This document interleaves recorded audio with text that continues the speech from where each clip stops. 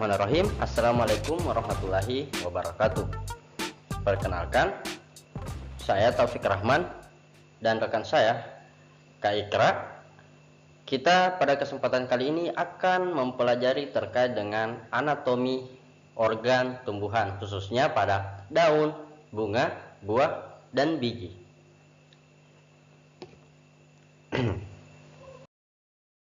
Nah, di sini yang akan kita bahas yang pertama adalah anatomi dari daun itu sendiri. Namun, sebelum kita melaju ke pembahasan yang lebih terperinci, alangkah baiknya kita mengetahui apa itu dari daun. Apa secara garis besarnya ya, apa itu daun. Nah, daun adalah organ pada tumbuhan di mana dia ini berfungsi sebagai proses fotosintesis. Jadi daun ini sangat berperan aktif dan penting ya untuk proses fotosintesis pada tumbuhan. Kemudian, apa sih anatomi dari daun itu sendiri? Nah, di gambar ini dapat kita lihat ya. Nah, kakak akan memberikan sedikit analogi supaya kita lebih paham terkait dengan anatomi daun ini. Nah, di sini ada roti sandwich ya, roti sandwich. Nah, dapat kita lihat penampakan atas dari roti sandwich ini ada roti lapisan atas ya. Nah, di sini roti lapisan atas dan di sini ada roti lapisan kedua. Nah, jika kita analogikan ini, nah, di sini kan ada epidermis atas pada anatomi daun. Nah, jadi jika kita analogikan epidermis atas ini, dia ini bagaikan lapisan roti paling atas. Oke? Nah, sedangkan epidermis bawah ini, nah jika kita analogikan, dia ini sebagai lapisan roti yang kedua. Oke? Nah, selain daripada itu, selain dari epidermis atas dan bawah, di dalam anatomi daun ini terdapat struktur mesofil ya, ataupun jaringan mesofil. Apa saja? Nah, yang pertama ada mesofil palisade ya, atau biasa kita sebut dengan jaringan tiang. Karena jika kita lihat dari bentuknya juga, dia ini memiliki bentuk yang seperti tiang. Nah, ciri-cirinya ini juga salah satunya adalah mengandung klorofil yang lebih banyak ya dibanding spons. Kemudian di sini yang paling bawah juga ini adalah jaringan mesofil yang kedua, atau disebut dengan jaringan spons atau bunga karang ya, yang biasa kita sebutkan. Nah, apa ciri-ciri dari spons ini? Nah, ciri-cirinya dia ini memiliki struktur sel yang tidak teratur serta memiliki ruang antar sel yang luas. Jadi dia ini lebih memungkinkan pertukaran gas yang lebih efisien karena dia ini berhubungan langsung dengan lubang stomata ya. Kemudian selain daripada itu, di sini ada pembuluh xilem. Nah, di sini ya, xilem yang warna merah. Nah, ini xilem dan ada flum. Kemudian yang mengelilingi xilem dan flum ini ada sel seludang berkas. Oke? Jadi jika kita menganalogikan anatomi daun ini, dia ini sebagai ini ya, roti sandwich. Nah, ini epidermis atas, ini epidermis bawah. Nah, di sini sayuran ini mesofil. Nah, di sini ada ya yang kejunya ini. Nah, dia ini adalah sponsnya ya. Nah, ini sponsnya. Kemudian di sini ada xilem dan flum. Oke? Kemudian kita beralih ke slide berikutnya. Oke? Nah, di sini ada struktur daun yang pertama ada dorsiventral dan isobilateral. Kemudian untuk penjelasan lebih terperincinya, kita akan bahas dulu dorsiventral. Nah, dorsiventral ini biasa juga kita sebut sebagai bifasial. Apa sih itu bifasial? Nah, bi ini dua ya. Nah, fasial ini adalah muka. Jadi dia ini bermuka dua, oke? bermuka dua. Kenapa bisa disebut dengan bermuka dua? Oke, saya akan ini ya, membaginya ini. Nah, kakak akan membagi ini. Nah, jika kita membagi dua ini ya,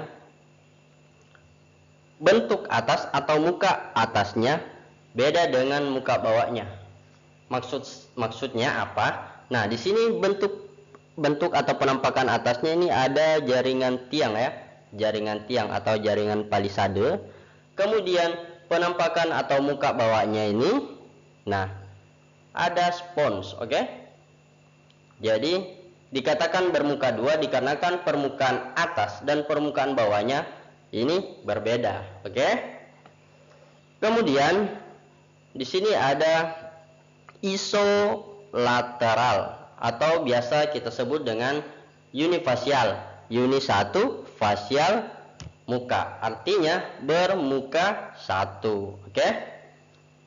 Nah, apa yang menjadi menjadi perbedaan ini dari bermuka dua? Nah, jika kakak membaginya ya, kakak akan membaginya. Nah, penampakan atas dan penampakan bawahnya ini sama ya, artinya di bagian atasnya ini ada mesophyll spons. Di bawah juga sama, ada juga mesophyll spons. Atau selain daripada mesophyll spons, dia ini bisa saja juga ada bisa saja palisade saja di sini, palisade saja ya, palisade saja di sini. Kemudian di sini juga bisa saja palisade saja. Jadi artinya unifasial ini penampakannya mirip bagian atas dan bagian bawahnya ya, oke? Kemudian selain homogenous isolateral, dia ini bisa saja heterogen isolateral. Artinya apa? Nah, jika kakak membaginya ya, nah, dia ini memiliki penampakan jaringan palisade, setengah juga jaringan spons. Oke? Di sini penampakan bawah atau abaksialnya, di sini ada jaringan spons, di sini juga ada jaringan palisade. Oke? Nah, kemudian bifasial ini juga umumnya pada tumbuhan dikotil ya, seperti pada daun mangga. Oke? Nah, kemudian pada intinya kalau bermuka dua itu permukaan atas, oke, permukaan atas dan permukaan bawahnya ini beda, oke, kalau bifasial. Sedangkan pada unifasial ini penampakan atasnya, penampakan adaksial dan penampakan abaksialnya ini sama ya. Itulah mengapa dikatakan dengan unifasial. Nah, kemudian daripada itu kita akan berlanjut ke slide berikutnya ya.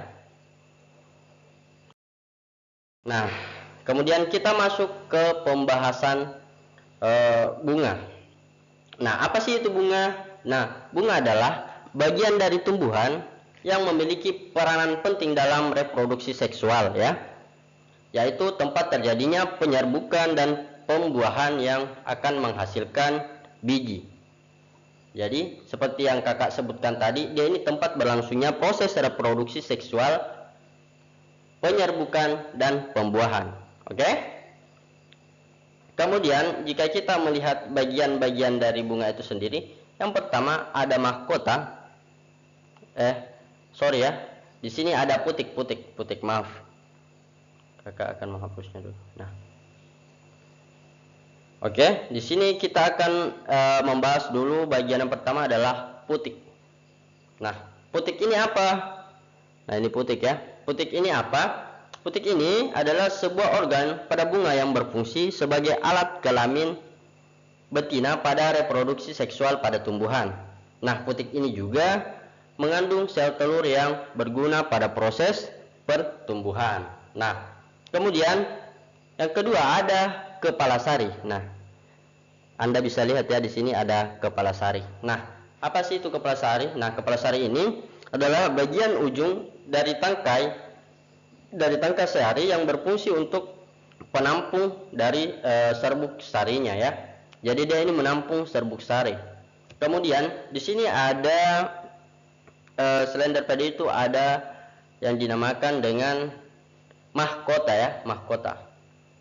Nah, ini mahkota ya yang kakak tunjuk. Nah, mahkota ini biasa kita sebut dengan corolla ya, dimana bagian bunga yang memiliki warna yang mencolok, dimana berfungsi untuk menarik perhatian hewan-hewan yang akan memangsa atau memakan nektar itu sendiri. Jadi dia ini penarik hewan yang memakan nektar ya, untuk proses penyerbukan.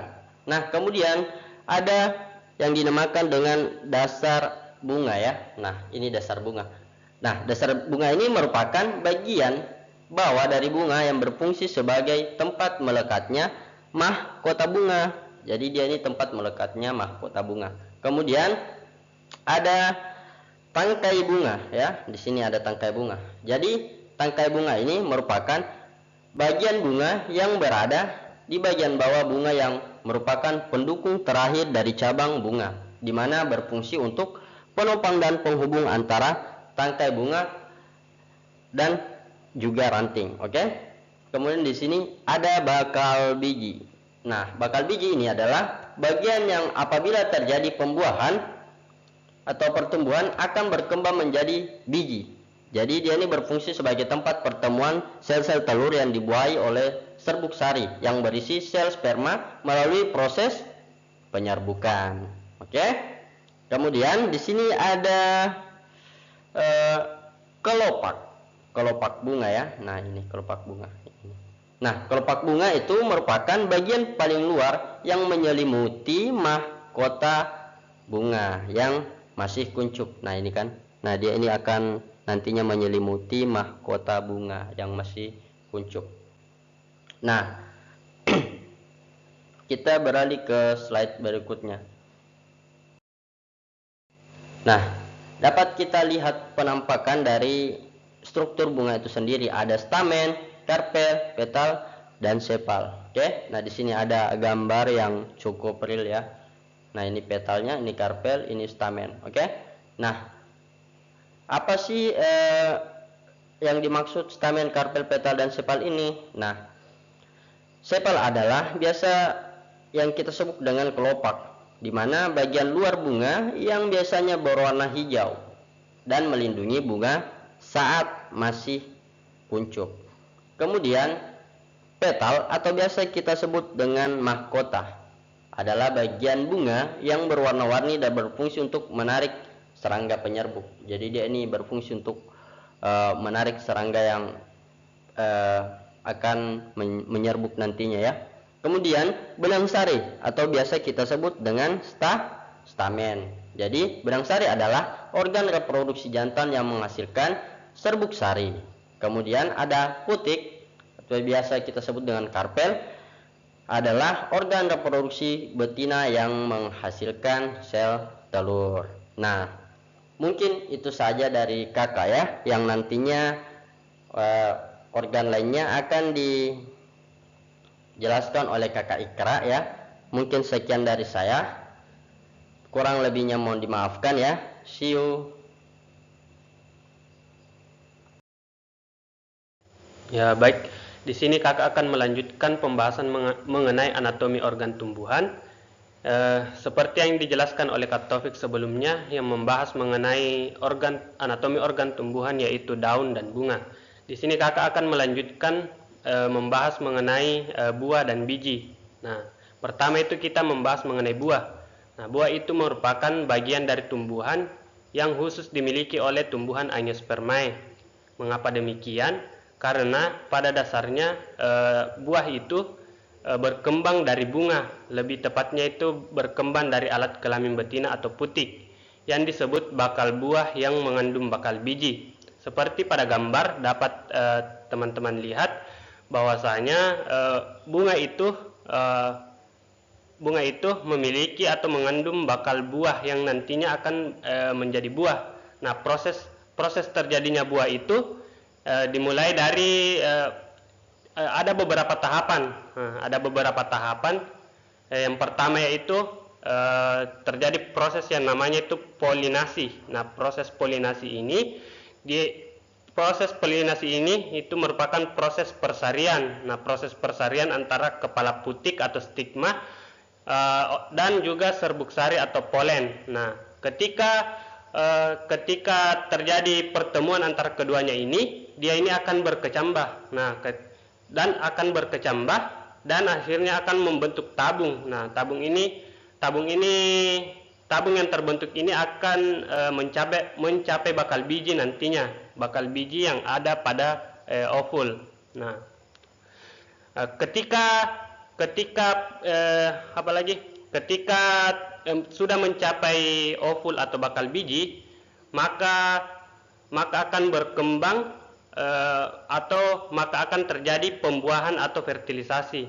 Nah, bakal buah yang membesar dan berkembang menjadi buah bersamaan dengan pembentukan biji yang dihasilkan oleh buah yang fertil tersebut. Nah, itulah tadi beberapa tahapan yang awalnya buah itu berasal dari bunga hingga menjadi buah seperti yang sering kita lihat sekarang. Nah, selanjutnya di sini kita membahas mengenai buah. Kan setelah saya membahas mengenai proses pembentukan buah dari bunga, di sini tuh ketika buah itu kita belah, itu memiliki beberapa lapisan. Nah, lapisan tersebut disebut dengan perikarp atau perikarpium. Di mana perikarpium ini atau lapisan pada buah ini terdiri atas 3 lapisan, yaitu eksokarp, mesokarp, dan endokarp. Nah, di mana eksokarp ini merupakan lapisan terluar yang biasanya itu tipis dan permukaannya itu licin. Nah, selanjutnya itu ada mesokarp. Mesokarp ini merupakan lapisan tengah dan biasanya itu pada mesokarp itu biasanya itu dia itu cenderung lebih tebal dan berdaging. Nah, dan jika mesokarp ini bisa dimakan, bisa dikatakan bahwasanya daging buah pada buah yang sering kita konsumsi itu adalah bagian dari mesokarp. Nah, yang ketiga itu ada endokarp. Nah, endokarp ini merupakan lapisan dalam pada buah.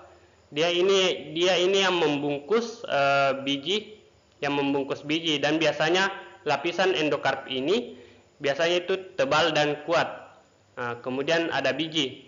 Dan untuk pembahasan biji bisa kita lihat pada slide selanjutnya. Nah, baik, selanjutnya itu kita membahas mengenai struktur anatomi pada tumbuhan, yaitu biji. Nah, struktur anatomi biji secara umum terdiri dari 3 bagian utama, yaitu kulit biji, embrio atau lembaga, dan cadangan makanan atau endosperma. Nah, pada biji itu dibedakan menjadi 2. Yang pertama itu ada biji monokotil dan ada biji dikotil. Nah, tentu saja pada kedua biji ini memiliki beberapa perbedaan. Nah, tetapi kalau dilihat secara sepintas itu kurang lebih bagian pada biji tersebut itu sama. Nah, seperti dapat kita lihat di sini, di mana pada biji monokotil itu terdapat kulit biji, di mana kulit biji ini berfungsi sebagai pelindung embrio, di mana embrio ini adalah calon individu baru. Kalau dilihat secara sepintas, pada bagian-bagian biji antara biji monokotil dan dikotil itu kurang lebih sama, di mana terdapat kulit biji, endosperma, kotiledon, plumula, epikotil, hipokotil, dan radikula. Nah, endosperma ini merupakan bagian pada biji yang berfungsi untuk menyimpan cadangan makanan, sama seperti kotiledon. Plumula ini merupakan bagian yang nantinya akan menjadi daun pertama. Epikotil ini merupakan bagian pada bagian biji yang letaknya itu terletak di atas kotiledon yang nantinya itu akan berkembang menjadi batang. Kalau hipokotil itu dia ini yang nantinya akan berkembang menjadi akar. Dan radikula ini merupakan bagian atau perkembangan embrio yang nantinya akan berkembang menjadi akar primer atau akar yang pertama muncul ketika terjadi perkembangan atau terjadi pertumbuhan pada biji. Nah, untuk perbedaan antara biji monokotil dan dikotil itu dapat kita lihat pada tabel berikut, di mana biji monokotil itu dia itu berkeping 1, sedangkan biji dikotil itu berkeping 2. Seperti pada gambar sebelumnya, yang kita lihat itu hampir tidak ada perbedaan, di mana bagian-bagiannya itu juga terdapat pada pada biji monokotil maupun dikotil. Akan tetapi ada beberapa perbedaan. Nah, di antaranya itu pada biji monokotil itu terdapat endosperma atau tempat untuk menyimpan cadangan makanan, dan pada biji dikotil itu tidak terdapat endosperma. Sebenarnya pada biji dikotil itu juga terdapat endosperma, akan tetapi seiring dengan perkembangan dari embrio biji, dia itu lebih ke penyimpanan di kotiledonnya, sehingga endosperma pada biji dikotil itu tidak ditemukan. Begitu pula perbedaan selanjutnya antara biji monokotil dan dikotil itu terletak pada koleoriza dan koleoptil, di mana radikula atau akar yang pertama itu pada biji monokotil itu dilindungi oleh koleoriza, di mana koleoriza merupakan selubung yang melindungi akar pertama, dan juga pada plumula atau bakal daun pertama dilindungi oleh koleoptil. Berbeda dengan biji dikotil, di mana biji dikotil itu radikula dan plumulanya itu tidak ada yang melindungi. Mungkin itu saja sedikit penjelasan mengenai mengenai anatomi organ tumbuhan, di mana yang saya jelaskan tadi itu tentang buah dan biji. Baik, mungkin sekian, lebih dan kurangnya mohon dimaafkan. Saya akhiri dengan ucapan Assalamualaikum warahmatullahi wabarakatuh. Terima kasih.